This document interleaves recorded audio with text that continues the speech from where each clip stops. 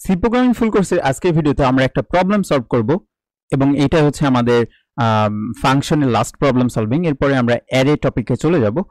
So আজকের এই প্রবলেমটা হচ্ছে C program to reverse a sentence using recursion. So রিকারশনের মাধ্যমে আমরা একটা সেন্টেন্সকে রিভার্স করে দেখাবো। আশা করি আপনারা বুঝতে পারছেন। তো চলুন শুরু করা যাক। এই প্রবলেমটার নিচে আমরা সলিউশন দেখতে পাচ্ছি। আমাদের এই প্রবলেমটা সলভ করা হয়েছে হচ্ছে no return type, no argument এই টাইপের উপর ভিত্তি করে, আমাদের যেই ফাংশনের টাইপ আছে সেই ফাংশনের টাইপের উপর ভিত্তি করে। সো এখানে দেখতে পাচ্ছি আমরা ফাংশনের প্রোটোটাইপে এখানে একটা ফাংশনের নাম দেখতে পাচ্ছি রিভার্স সেন্টেন্স। এরপরে এখানে প্রিন্টএফ ফাংশনে বলছে যে এন্টার সেন্টেন্স, তারপরে আমরা ফাংশনটাকে কল করে দিছি। সো সরাসরি সেই ফাংশনে এখানে চলে আসবে। আমাদের যে ইউজার ডিফাইন্ড ফাংশনটা আছে রিভার্স সেন্টেন্স নামের, এই ফাংশনটা আসার পর আমরা কি দেখতেছি, সবার প্রথমে আমরা একটা সেন্টেন্স ইনপুট নিলাম। ইনপুট নিয়ে আমাদের এটার ভিতরে স্টোর করে রাখছি আমাদের যেই ক্যারেক্টার সি নামের যে ভেরিয়েবল আছে তার মধ্যে আমরা স্টোর করে রাখছি। স্টোর করে রাখার পর আমরা কি দেখতে পাচ্ছি, এখানে একটা ইফ স্টেটমেন্ট দেখতে পাচ্ছি। আমরা কিন্তু অলরেডি জানি যে রিকার্সিভ ফাংশন হইতে হলে কোনো একটা কন্ডিশনের ভিতর দিয়ে তাকে পাস করতে হবে। সো এখানে আমরা একটা ইফ স্টেটমেন্টের ভিতরে দেখতে পাচ্ছি যে আমাদের সেন্টেন্সের প্রত্যেকটা লেটারকে আমরা চেক করতেছি, প্রতিবার আমরা লেটার চেক করতেছি এবং এই ইফ স্টেটমেন্টটা কতক্ষণ চলবে, আমাদের যে লেটারটা আছে সেই লেটারটা যতক্ষণ না পর্যন্ত একটা নিউ লাইন হবে ততক্ষণ পর্যন্ত এটা চলবে। সো নিউ লাইন বলতে কি হচ্ছে, ব্যাকস্ল্যাশ n মানে আমরা কি বুঝাই, নিউ লাইন। সো যতক্ষণ না পর্যন্ত আমাদের লেটারটা নিউ লাইনে পৌঁছাচ্ছে ততক্ষণ পর্যন্ত কিন্তু এটা চলবে। এরপরে আমরা দেখতে পাচ্ছি যে আবার সেটা রিকার্সিভ কল করা হয়েছে, মানে আমাদের যেই ইউজার ডিফাইন্ড ফাংশনটা আছে সেটাকে আবার কল করা হয়েছে। এরপরে প্রিন্টএফ ফাংশনের মধ্যে আমরা দেখতে পাচ্ছি যে আমাদের প্রতি ক্ষেত্রে যে লেটারটা আসতেছে সেটাকে প্রিন্ট করা দেখতে পাচ্ছি। সো এর মানে কি বোঝায়, এর মানে বোঝাচ্ছে হলো আমরা সাপোজ ইনপুট দিলাম হচ্ছে হাবলু। সো হাবলুর ক্ষেত্রে কি হবে, সবার প্রথম যে লেটারটা সেটা হচ্ছে এইচ, এটা চেক করবে যে এটা কি নিউ লাইন নাকি, এইচ তো নিউ লাইন না। সো সে এখানে আসবে, আসার পর সে প্রিন্ট করলো, এইচ প্রিন্ট করলো, প্রিন্ট করার পর এ আসলো, এ প্রিন্ট করলো, বি আসলো, বি প্রিন্ট করলো, এভাবে হাবলু সো প্রিন্ট করলে সবার শেষে থাকতেছে ইউ এল। সো এইভাবে কোডটা চলার পর কিভাবে প্রিন্ট করলো, হাবলুকে উল্টা করে কিন্তু সে প্রিন্ট করতেছে। সেই জিনিসটা আরো আমরা সুন্দর করে দেখবো, আমরা এই কোড সেম কোডটা নিজেরা করে ফেলি। সো কোড ব্লকসে আসলাম, আসার পর আমাদের বেসিক কোডটা নিয়ে আসলাম, নিয়ে আসার পর সবার প্রথমে আমরা এটাতে যেই ফাংশন ইউজ করব সেটা প্রোটোটাইপ দিতে হবে। সো ভয়েড, অর্থাৎ যেহেতু রিটার্ন টাইপ কিছু হবে না এই কারণে ভয়েড রিটার্ন টাইপ দিলাম এবং ফাংশনটার নাম দিলাম হলো রিকার্সিভ বা রিকারশন, আপনার ইচ্ছা।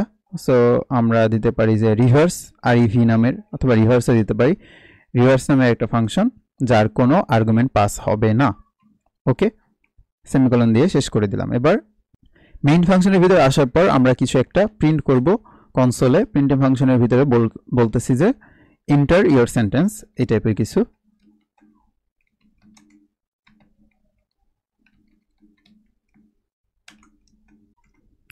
এরপরেই আমরা আমাদের যে ফাংশনটা আছে সেটাকে কল করে দিচ্ছি, রিভার্স যেই ফাংশনটা আছে সেটাকে আমরা কল করে দিলাম।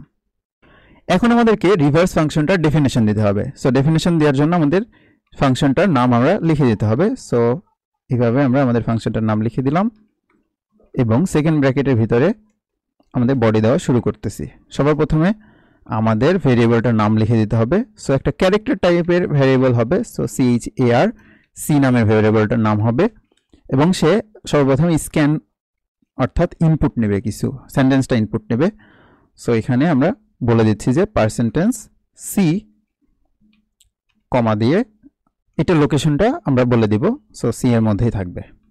এখন আমাদের কন্ডিশন চালানোর পালা। সো একটা ইফ ব্লক বা ইফ স্টেটমেন্টের ভিতরে আমরা বলে দিচ্ছি যে সি এর মান, আমাদের যেই ক্যারেক্টারটা আছে এই ক্যারেক্টারটার মান বা সি এর মান যতক্ষণ না পর্যন্ত কি হবে, \n হবে ততক্ষণ পর্যন্ত আমাদের এই ব্লকের ভিতরে সে কাজ করবে। সো ব্লকের ভিতরে এসে সে কি করবে, আবার সে রিকার্সিভ ফাংশনকে কল করবে। সো রিকার্সিভ ফাংশনকে কল করে দিল এবং পরের লাইনে গিয়ে আমরা প্রিন্ট করব হচ্ছে আমাদের প্রত্যেকটা লেটারকে এক এক করে প্রিন্ট করব।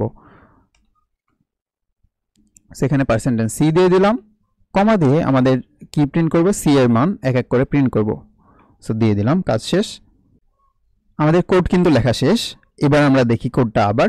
সো সবার প্রথমে আমরা একটা প্রোটোটাইপ লিখছি রিভার্স নামের ফাংশনের, মেইন ফাংশনে আসছি এবং বলছি যে ইন্টারিয়র সেন্টেন্স, তারপরে আমরা আমাদের ফাংশনটাকে কল করে দিছি। এখন ফাংশন সরাসরি ফাংশনে এখানে চলে আসবে, অর্থাৎ 6 নম্বর লাইনের পরে সে সরাসরি 10 নম্বর লাইনে চলে আসবে। আমাদের যে ফাংশনটা আছে রিভার্স নামের ফাংশনটা আসার পর আমরা সর্বপ্রথমে একটা ভেরিয়েবল লিখছি, সি নামের ভেরিয়েবল, যেটা টাইপ হচ্ছে ক্যারেক্টার। এরপরে আমরা সেই ক্যারেক্টারে আমরা এখানে ইনপুট নিছি, আমাদের সেন্টেন্সটা ইনপুট নিছি, সেটা স্টোর করে রাখছি সি এর মধ্যে।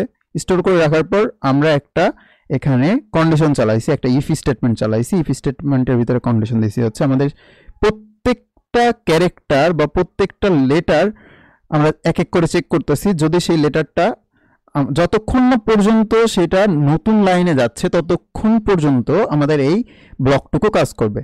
সো এই ব্লক এসে কি দেখতেছে, সে আবার রিভার্স ফাংশন আমরা মানে রিকার্সিভ কল দেখছে, মানে সেই ফাংশনটাকে আবার কল করছি এবং নিচে গিয়ে তার যেই প্রত্যেকটা ক্যারেক্টার সেটাকে আমরা প্রিন্ট করে দিছি। সো এই হচ্ছে আমাদের কোড। এটা সেভ করে যদি রান করি, সো আমাদের এখানে বলতেছে যে ইন্টারিয়র সেন্টেন্স। তো আমি এখানে চাইলে বলে দিতে পারি যে হাবলু প্রোগ্রামার আমাদের এই সেন্টেন্সটা হবে। এন্টার হিট করলাম, তাহলে কিন্তু এই যে REMMARGORPULBAH অর্থাৎ হাবলু প্রোগ্রামারকে উল্টা করলে যা হয় সেটা কিন্তু এখানে দেখা যাচ্ছে।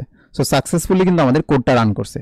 আশা করি আপনারা বুঝতে পারছেন রিকার্সিভ ফাংশনের মাধ্যমে কিভাবে একটা সেন্টেন্সকে রিভার্স করতে হয়।